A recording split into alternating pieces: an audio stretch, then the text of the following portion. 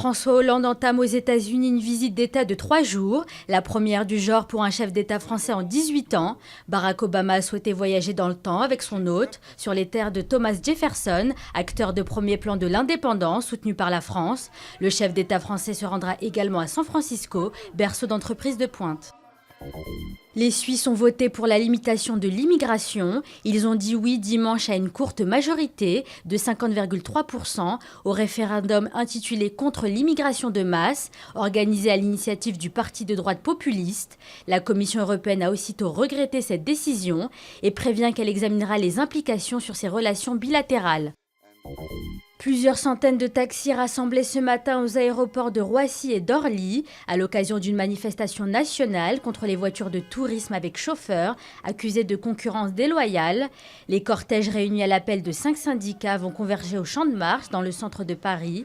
Pour tenter de trouver un terrain d'entente, le gouvernement a décidé de mettre en place une mission de concertation destinée à définir les conditions durables d'une concurrence équilibrée. Le Var toujours placé en vigilance orange pour les pluies et inondations. Une perturbation active traverse actuellement les régions de la Méditerranée et va perdurer jusqu'en milieu de journée. Par ailleurs, la vigilance rouge pour les crues est maintenue pour les départements du Morbihan, de la Loire-Atlantique et de l'Ille-et-Vilaine. Arturo reste en Argentine. Le dernier ours polaire argentin en captivité ne sera finalement pas envoyé au Canada.